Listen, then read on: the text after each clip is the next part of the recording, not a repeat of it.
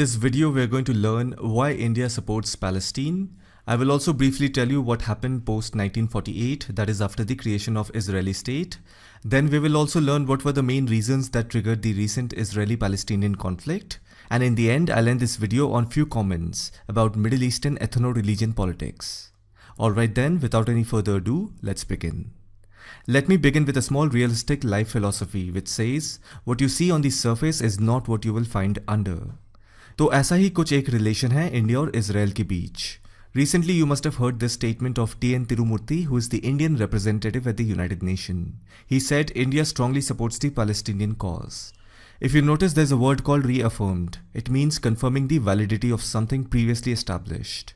That means India's support to Palestine is part of India's old foreign policy that began during the Nehruvian era. As you all know that Jawaharlal Nehru was the first Prime Minister of India. After 1947, the Indian economy was in a very poor state. India's development strategy began on a socialistic approach under the leadership of first Prime Minister Jawaharlal Nehru. In fact, the concept of five-year plan was first implemented in the Soviet Union in 1928 by Joseph Stalin. Jawaharlal Nehru was inspired by Stalin's plan. If you know the full form of USSR, it is the Union of Soviet Socialist Republics. Officially, the USSR was a federal socialist state. Nehru was inspired from it, and that is how after independence, India's development strategy began on a socialistic approach. So after 1947, the Indian National Congress made India follow largely whatever the Soviet Union did. And Soviet Union used to support Palestine. Likewise, India also started supporting Palestine. In simple words, whatever Soviet Union did, India also very much followed that. If I have to summarize the last 100 years in terms of distribution of power, then it is something like this. Before the First World War, the entire world was a unipolar world.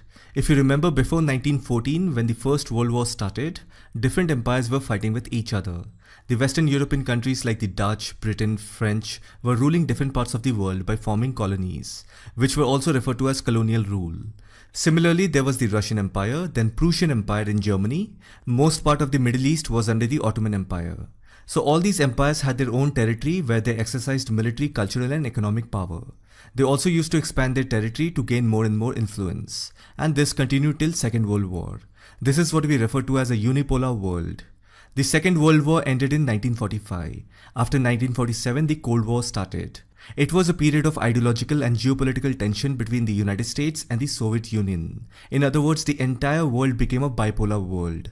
You could only support the USSR or the United States. These two were the only major powers. So this continued till 1991, when the Soviet Union collapsed, and since then the world became a multipolar world.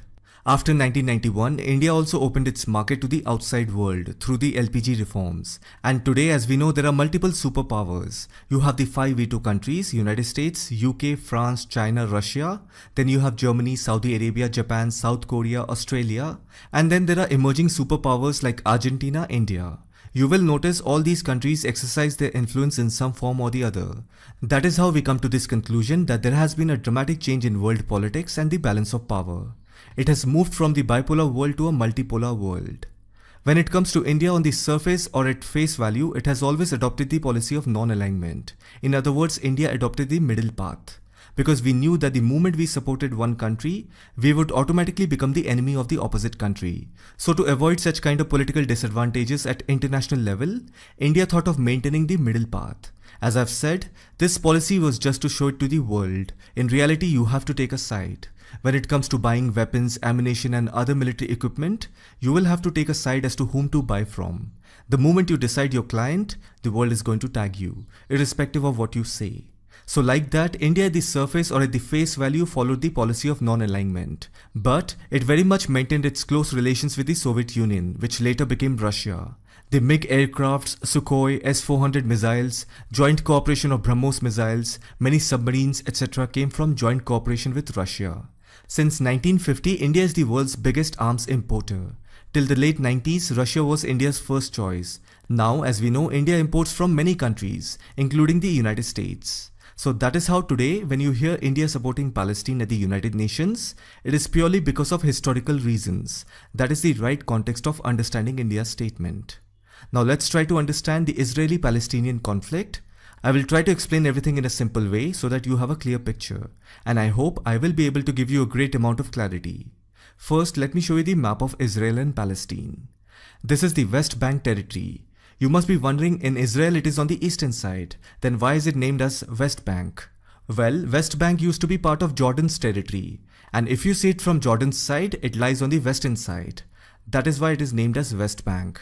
And by the way, majority of the population of Jordan is Palestinians.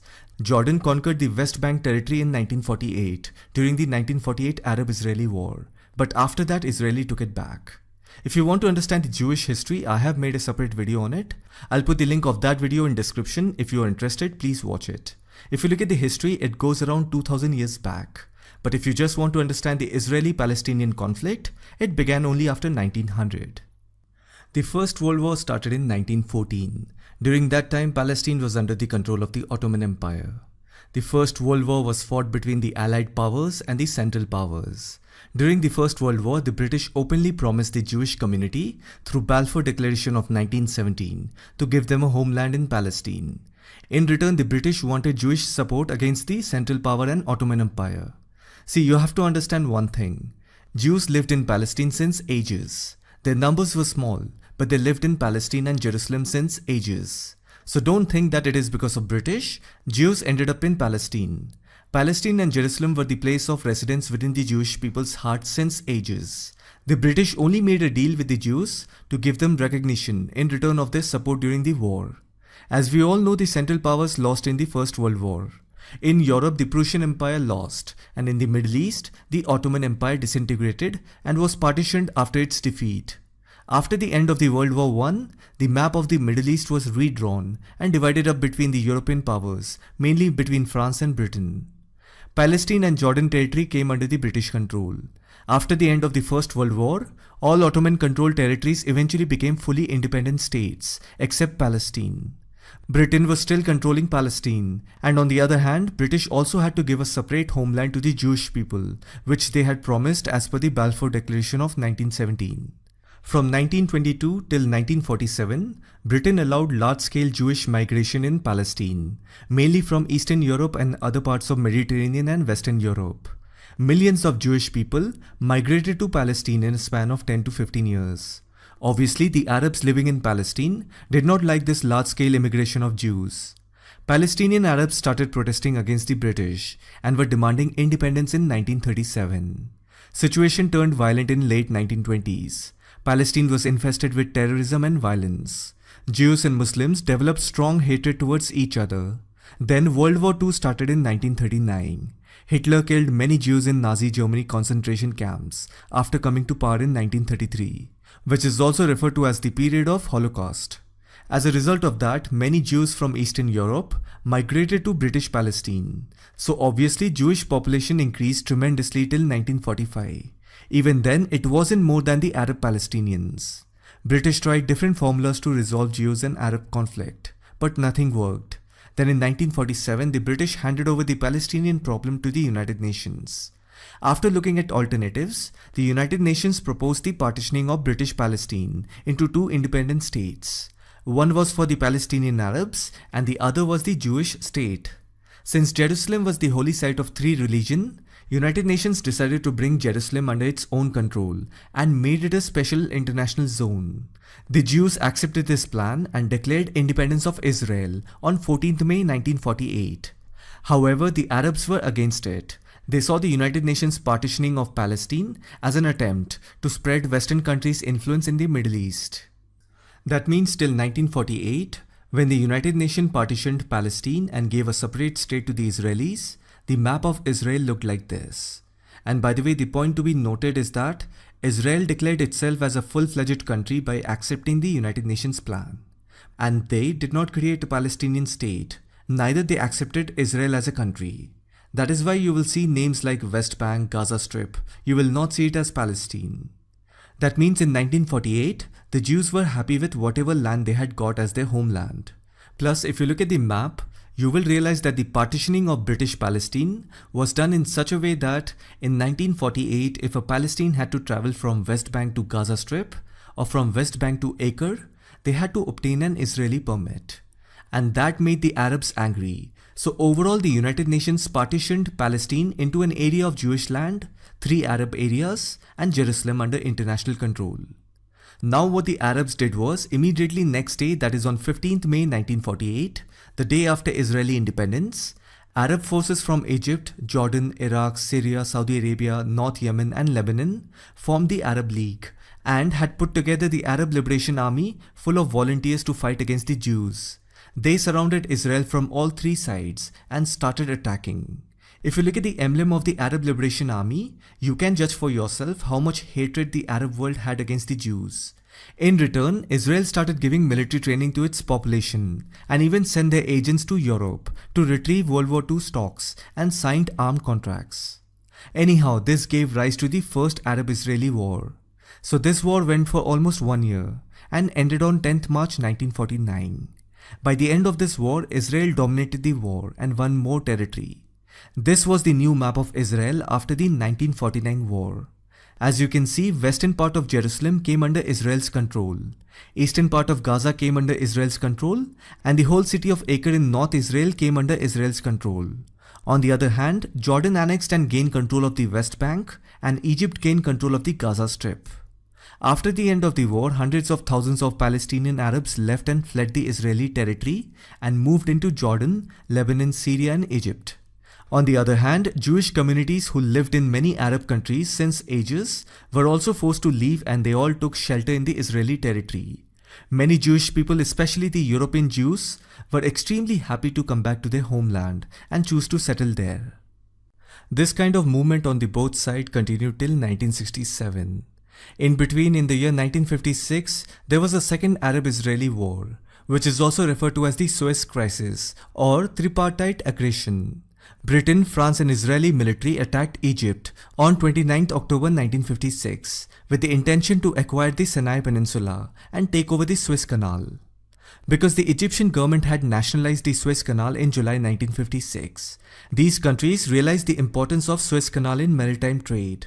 As you know, Suez Canal is the lifeline for all trade between the West and the East, and they had concerns having it under the control of an Arab country. However, there was a political pressure from the United States, the Soviet Union and the United Nations, which led to the withdrawal of Britain, France and Israel. On 2nd June 1964, PLO, that is Palestine Liberation Organization, was founded. However, it did not come into limelight until the end of Third Arab-Israeli War. Then in June 1967, the Third Arab-Israeli War took place. It is also known as June War or Six-Day War. It was fought between the combined group of Egypt, Jordan and Syria against Israel. The nations of Iraq, Saudi Arabia, Kuwait, Algeria and others also contributed troops and arms to the Arab forces. In 6 days, Israel dominated the war and acquires whole of West Bank territory from Jordan, Golan Heights from Syria, Sinai Peninsula and Gaza Strip from Egypt. When Israeli forces occupied the Sinai Peninsula in 1967, in return Egypt closed the Suez Canal. It was closed till 1975, that is for almost 8 years. In 1975, Egypt and Israel signed a disengagement accord. The Suez Canal was reopened in June 1975. Then a peace treaty was signed between Egypt and Israel in 1979, after which the Sinai Peninsula was returned to Egypt. After acquiring West Bank, Gaza Strip and Golan Heights, Israeli settlers began to move into Palestinian territories. Even the United Nations condemned the Israeli occupation. But I would request you not to judge too early. Let's put a marker here and we will get back to this Israeli occupation issue, whether it is right or wrong in a while. Anyhow, 6 years later, in October 1973, Egypt and Syria launches a surprise attack on Israel for recapturing their lost territories. They attacked on the holiest day of Jewish faith, Yom Kippur. This day is also referred to as Jewish New Year. In fact, there is a small tradition that the Jews follow. Almost 2000 years ago, when the Jewish people were expelled and forced to leave from Jerusalem. After all, King David conquered Jerusalem and made it the capital of Jewish kingdom. His son Solomon built the first holy temple about 40 years later. So when the Jewish were expelled from Jerusalem 2000 years ago, all the Jewish communities who migrated to various parts of the world, they used to take wine on this day and raise a toast while saying this phrase, Lashana Hababa Yerushalem, which means next year we will be together in Jerusalem. The Jews have been following this tradition since 2000 years. So you can imagine their love and integrity for their homeland. Anyhow, that is why this war is also named as Yom Kippur War. Since it was a surprise attack, Egypt and Syria crossed the ceasefire lines in the Sinai and Golan Heights respectively. Since it was also the era of Cold War, Soviet Union supported the Arab countries against Israel. Looking at this, the United States sends emergency supplies of 22,000 tons of weaponry to Israel. With the American help, Israeli army further continues to push its borders. After ceasefire, all the oil-exporting Arab countries decided to punish the United States and Israel's allies by increasing the price of oil by 70% and decreasing production by 5%. This caused the first oil crisis of 1973. As I've told you in the previous point, in 1975 Egypt and Israel signed a disengagement accord. And after that, Israel returned the Sinai Peninsula to Egypt and some part of the Golan Heights to Syria. After the end of 1973 war, Israel still had control of the whole of West Bank, Gaza Strip and the remaining part of Golan Heights. By 1980, Israeli settlers occupied many streets in East Jerusalem. In 1987, the Palestinian population rebels against Israeli government. Situation got violent and the Palestinians started pelting stones at the Israeli forces. This was the beginning of the first Intifada, which is an Arab term meaning uprising. From here you will notice the rise of Hamas. It is the Palestinian Sunni Islamic fundamentalist organization whose aim is to liberate Palestine from the Israeli occupation. In 2007, Hamas was designated as a terrorist organization by the United States, Canada, European Union, Israel and Japan. Then from early 90s, peace efforts between Palestine and Israel begins. 1993 peace agreement was signed between Israel and Palestine, which is also called the Oslo Accord. As per this agreement, there was a mutual recognition between the Israeli government and PLO. Israel actually acknowledged PLO as a Palestinian authority who will be running limited self-governance in the city of Jericho in West Bank and few parts of Gaza Strip. But keep in mind, the Oslo Accord, however, did not create a Palestinian state. This tells us that the Israeli government were open to peace talks, otherwise they wouldn't have acknowledged to PLO as a Palestinian authority with limited self-governance. Then in 1995, Israeli-Palestinian Interim Agreement on the West Bank and Gaza Strip was signed on 28 September in Washington, D.C.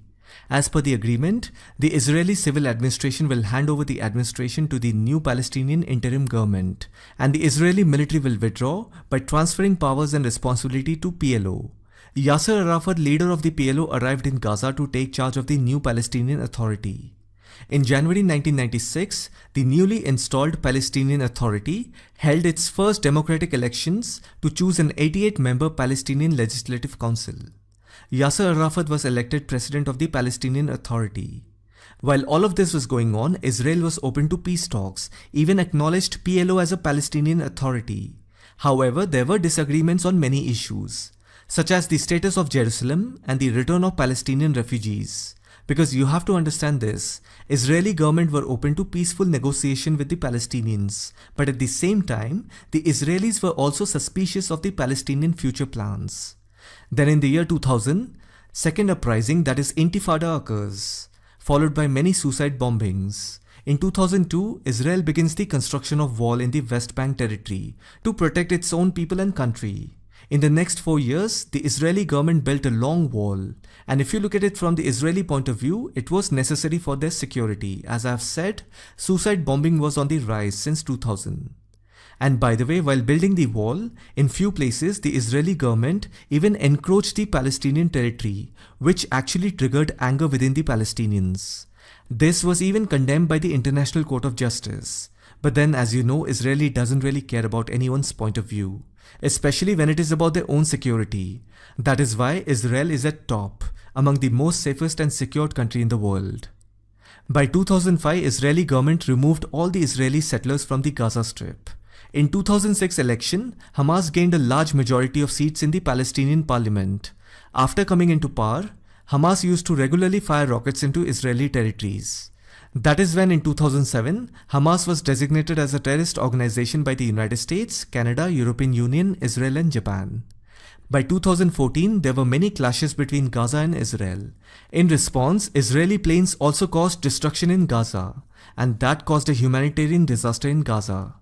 On December 6, 2017, President Trump formally recognized Jerusalem as the capital of Israel and stated that the American embassy would be moved from Tel Aviv to Jerusalem. And that triggered more rebels among the Palestinians.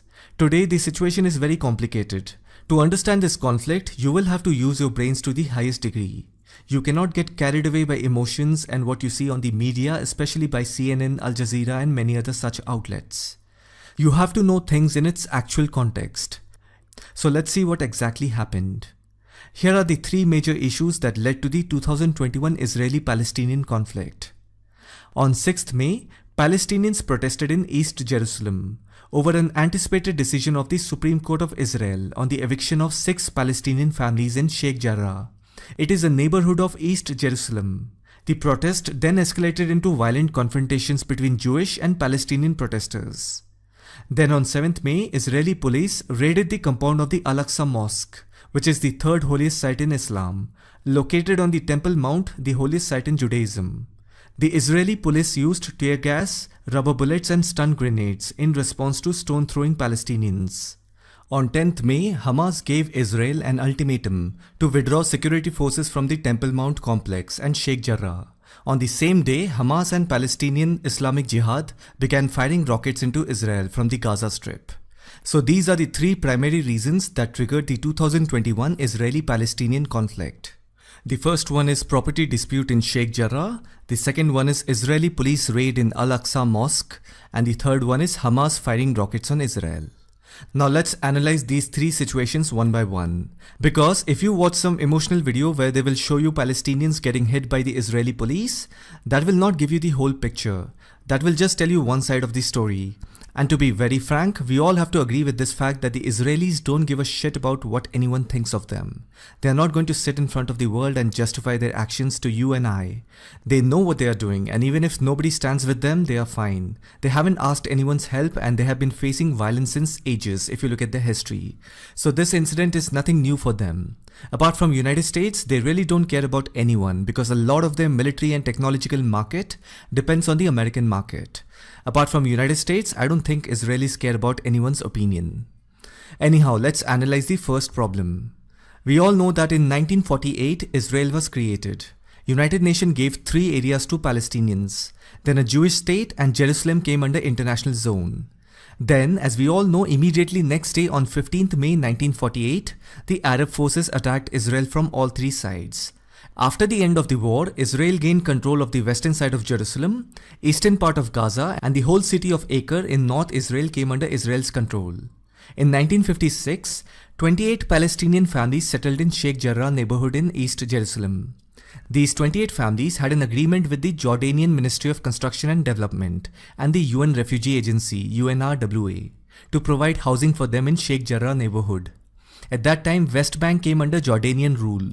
So basically the Jordanian government gave the land and the United Nations Refugee Agency paid the cost of constructing 28 homes for these 28 families. Now this process got interrupted in 1967 when the Third Arab-Israeli War took place, which is also known as the June War or Six-Day War.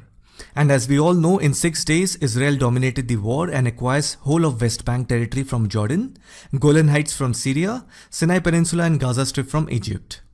Now you should understand this, it was the Arab countries who again started the war first with Israel in 1967. The Palestinian Fedayeen attack, meaning suicide attacks, were carried out against Israel. That's what led to the 1967 June War. But anyhow, by the end of this war, Israel conquered the West Bank territory. That means the Sheikh Jarrah neighborhood in East Jerusalem in 1967 came under Israeli control. Today, this 28 family has grown into 38 families. And by the way, you should not forget that these 28 families are refugees. The Israelis who are now settled in these homes, their association has property papers, which shows that they have purchased this land from the Arabs in 1875 during the Ottoman rule. The Ottoman land registry records showed the property was registered in the names of Avram Ashkenazi and Meir Orbach. In response, the Palestinian refugee lawyers have questioned the authenticity of the document, which was verified by an Israeli court, and they have stated that the document of Jewish ownership was authentic. On the other hand, the Palestinian refugees don't have any legal paper.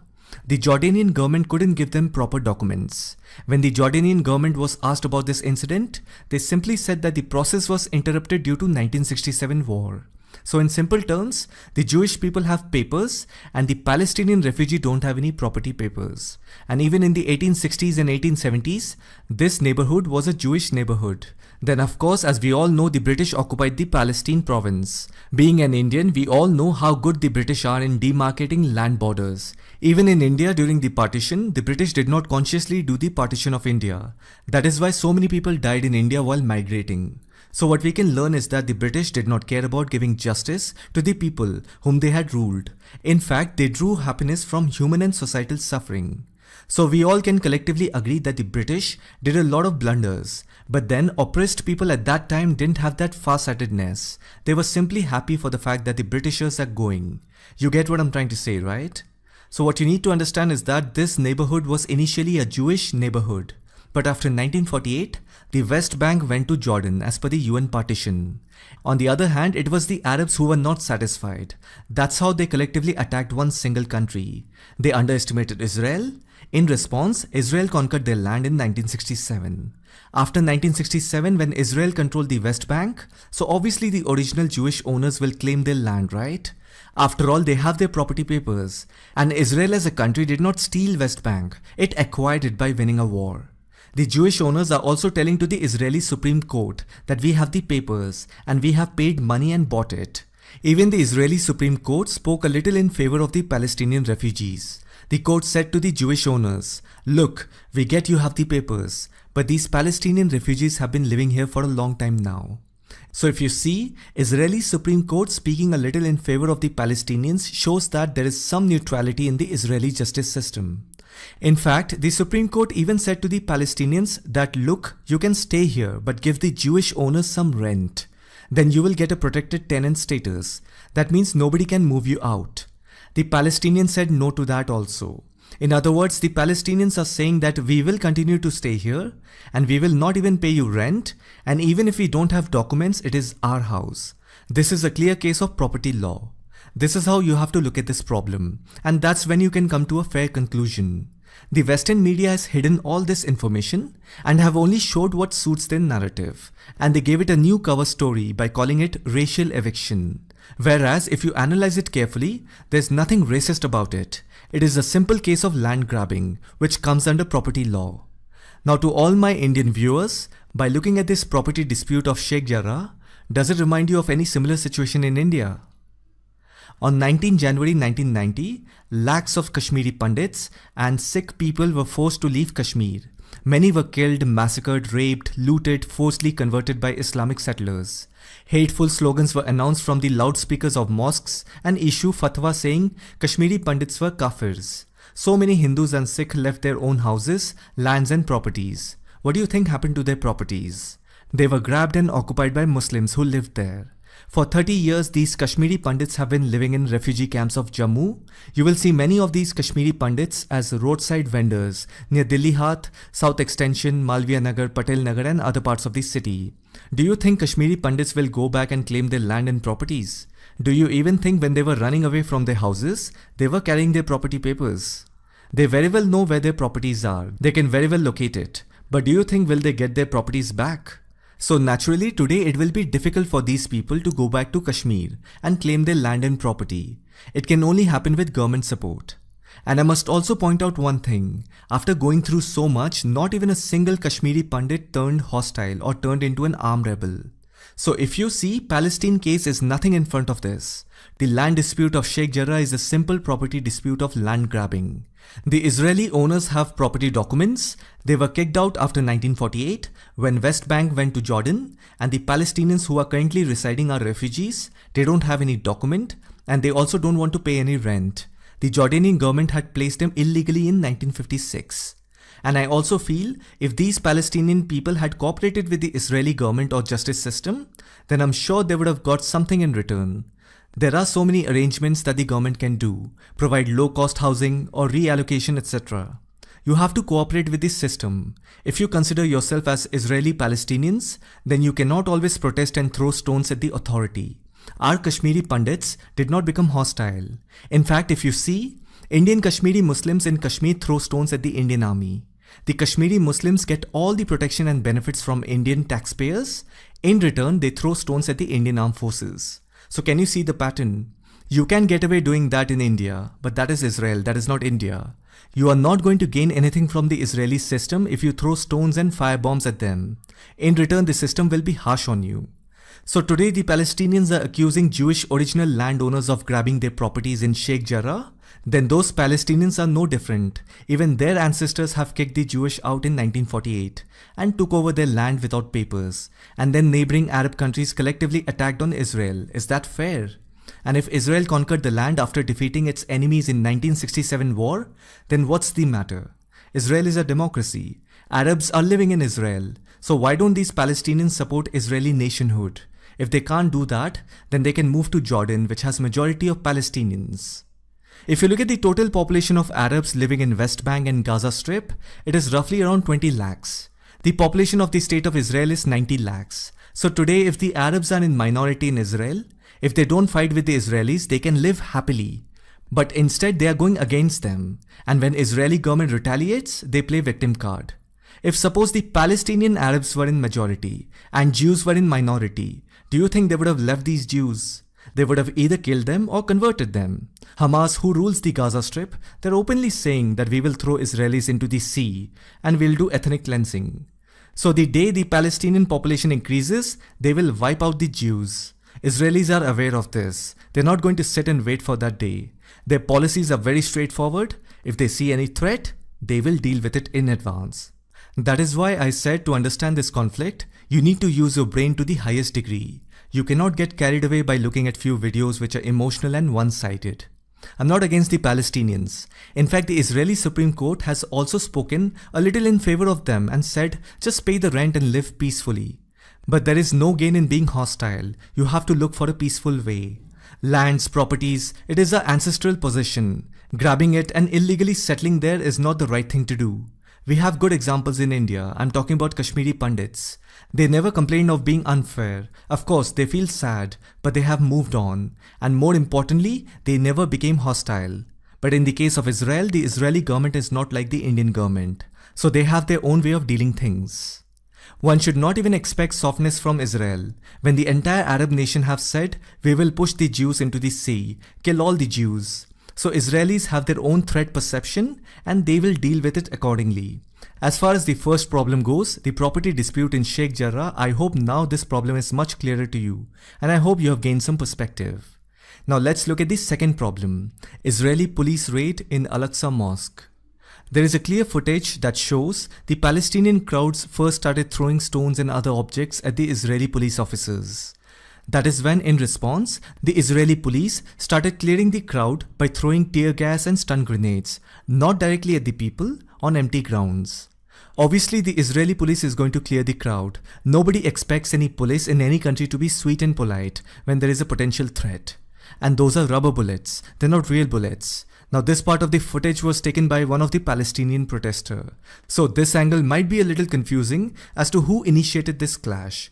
Now have a look at this video, which was released by the Israeli police. Because Israeli police were smart. Nowadays even the Indian government is doing that, which is a good thing. Government should have their own filming crew. In this footage, you will see that the Palestinian protesters were throwing a petrol bomb at the Israeli police. And look at this scene. The Israeli police is pushing them away. That is the standard procedure for any country's police. Here in India, during COVID lockdown days, you take your bike out, the police makes you dance like anything. So clearing the crowd is a standard procedure. Here the Palestinians attacked first. Just remember one thing, the whole West Bank and Jerusalem is under Israel's control. But the administration is shared by both the Israeli government and Fatah, which is a Palestinian authority. If you remember, in the 90s, the peace process began between Israel and Palestine. In 1993, a peace agreement was signed between Israel and Palestine, which is also called Oslo Accord. As per that agreement, there was a mutual recognition between the Israeli government and PLO. So in a nutshell, the creation of Palestinian Authority was actually agreed through mutual understanding by the Israeli government. So presently, the West Bank is partially governed by the Palestinian Authority called Fatah. However, law and order remains in the hand of Israeli government. That is why you will see only Israeli police. On the other hand, the Gaza Strip is currently under the control of Hamas. And I've already mentioned, Hamas is a designated terrorist organization. However, the Palestinians staying in Israel supports Hamas and PLO. The Palestinians consider these two organizations as their saviors. So anyhow, the Palestinian protesters attacked the Israeli police and Jews first, with a firebomb, stone and other objects. In response, the Israeli police evacuated the compound by lathi charge for restoring law and order. You will also find another footage where the Jewish people are dancing and jumping and raising their Israeli flag, while there is a fire going on at a distance. So this kind of video makes you feel that how can the Jewish people be happy when something is burning? And many on the internet might even assume that maybe they are happy because the Palestinians are being beaten by the police. Again, that is not true. If you look at this incident from the other side of the wall, it is the Palestinian protesters who have set the tree on fire. They were protesting in response to the Israeli Supreme Court's hearing on the Sheikh Jarrah property dispute case. The Supreme Court hearing was only for 6 Palestinian families. Just imagine, for 6 Palestinian families, this much of violence was orchestrated. So you see what is happening. These things are being done just to gain attention of the international media. And the third reason that led to the 2021 Palestinian-Israeli conflict was when Hamas launched rockets into Israel from Gaza. In response to the Al-Aqsa and Sheikh Jarrah incident, they fired more than 4,000 rockets at Israel, some hitting deeper inside Israeli territory and with greater accuracy than ever before. So you see how everything is being orchestrated. 6 Palestinian families' property dispute, then Supreme Court hearing, Al-Aqsa mosque incident, then Palestinian protesters throw firebomb first and then burn the tree. In response, Israeli police used water cannon, rubber bullets, stun grenade to restore law and order. Even some police have got hurt, just like the Palestinians. And finally, Hamas launched more than 4,000 rockets from Gaza onto Israel. In response, when Israel fired, the Palestinians in Gaza started playing victim card. Up till now, everything was an internal conflict. The moment Hamas fired rockets, followed by Hezbollah from South Lebanon, it all became an external enemy threat. In simple words, we call it war. So you see how a small property dispute transformed into a large-scale war. And you will be surprised when you hear people's logic, such as, so what, Hamas fired rockets, Israel has Iron Dome. Hamas knows its rockets are not going to cause any harm to any Israeli. It was just to teach Israelis a lesson. When you are firing more than 4,000 rockets on a country, the intention is to wipe out the entire human race of that country. People need to understand this, that the Arabs are not able to digest the Jewish Israelis. The Israelis are giving the Arabs doses of their own medicines. If the Arab Muslims are aggressive, Israelis are showing firmness in return. Then you also must have heard in the news that the Israelis have taken down Al Jazeera and Associated Press building in Gaza. If you all don't know, Al Jazeera is Qatar's satellite TV network that was launched in 1996. It is fully funded by the Qatari royal family. This TV network has collaborated with many terrorist organizations in the past, like Hezbollah, Taliban, ISIS, Al-Qaeda. Even in Kashmir, if you read their articles, Al Jazeera portrays the militants like Jaish-e-Mohammed, Lashkar-e-Taiba as freedom fighters. Even Muslim countries like Egypt, Saudi Arabia, UAE and Bahrain have kicked Al Jazeera bureaus out of their countries and have accused Qatar for sponsoring and harboring terrorist groups such as Al-Qaeda and ISIS. The Gulf Cooperation Council group has also officially published a list of 59 individuals and 12 institutions linked to terrorist organizations that receive support from Qatar. And this has also been one of the reasons behind the Qatar diplomatic crisis that started in 2017 and ended in 2021. Anyhow, so it is quite an open fact that Qatar harbors as well as supports many terrorist organizations. So naturally, even the Israelis are aware of it. That is why they have shot down its building in Gaza. Israel also attacked the home of Hamas leader. And I must also point out that before hitting any target, the Israeli military personnel have been giving advance warnings to the civilian population. That is the character of a model army. On the other hand, you will see that Hamas always hides behind civilians, especially women and children. Always play a victim card when it gets counter-hit from the Israelis. Now, if you pay attention, Hamas controls Gaza and it is a Palestinian Sunni radical Islamic group. On the other hand, Hezbollah is a Lebanese Shia radical Islamic group. Even Hezbollah has fired rockets from southern Lebanon towards Israel. The Hezbollah terror group has also dug a network of tunnels hundreds of kilometers long from Beirut to southern Lebanon for infiltrating Hezbollah terrorists in northern Israel. Anyways, so Hamas is a Palestinian Sunni radical Islamic group and Hezbollah is a Lebanese Shia radical Islamic group. That means Hezbollah is supported by Iran because Iran is the only Muslim country which has large population of Shias, and we also know Iran is a nuclear state. Now what is surprising to see is that since childhood we have heard that the Sunnis and Shias don't get along well with each other. They have sectarian divides from last 1400 years. Then within Sunnis, they have Muqallid and Gair Muqallid. Under Muqallid, they have 4 categories. In that, one category is Hanafi. Even under Hanafi, they have Devbandi and Barelvi. Under Devbandi, they have 2 more, Hayati and Mamati. So if you see, these are deep fault lines within Islam if one sits down and explores. What is surprising for me in this Israeli-Palestinian conflict is that both Sunni and Shia radical groups are united against Israel. I also don't understand what is the relation between Indian Muslims and Palestine. What is the relation between Pakistan Muslim and Palestine? What is the relation between Iran Shia Muslims and Sunni Palestinians? Nobody is asking these questions. These are very important questions. Just go and look up who is the leader of Hezbollah. It is Hassan Nasrallah. He is a Lebanese Shia Muslim. He is not even Iranian. However, since he is the leader of Hezbollah, then his allegiance has to be towards Iranian Supreme Leader Ali Khamenei. Now, if you look at which are those Islamic radical organizations that are fighting against Israel, they are Hamas, which is Sunni, PLO, that is Sunni, Hezbollah, it is Shia, and other Islamic jihadi organizations. That means there is no sectarian divide among these radical terror outfits. Everyone is united and cooperating in this conflict against Israel. You must have even heard that the Taliban is cooperating with Iran these days. So it is quite interesting to see this cooperation. So what you have to realize is that at the back end, these organizations have met, sat together, and have done a great deal of negotiations to achieve the ultimate goal of re-establishing a super Islamic state. Once that is achieved, then they will fight among themselves and sort it out. There is an old Arab saying, I against my brother, I and my brother against my cousin, I, my brother and my cousin against the world. So this kind of Sunni-Shia reunion is always carried out by poor people. In the case of Kashmir, we have seen all the militants are young people who belong to poor socio-economic backgrounds. Similarly, these poor Israeli Palestinians are also being used by these radical Islamic organizations for continuing their agenda. And it is working. You will find that an average Israeli Palestinian hates Jews, and they are also teaching the same to their children. And those innocent children, when they grow up, they will grow up with this mindset. Again, I will point out the Kashmiri Pandits. It's been 30 years, not even a single Kashmiri Pandit or their children have picked up any arms. And there are many more such examples in the world. So one has to be aware of all these things. Israelis are aware of these temporary agreements between various radical Islamic organizations and how they are brainwashing innocent people. Israelis are vocal about it as well as fighting against it. That is why most of the Arab nations don't like Israel. So that's it then. This was everything that you had to know about the Israeli-Palestinian conflict. I hope you found this video informative. Thank you for watching it.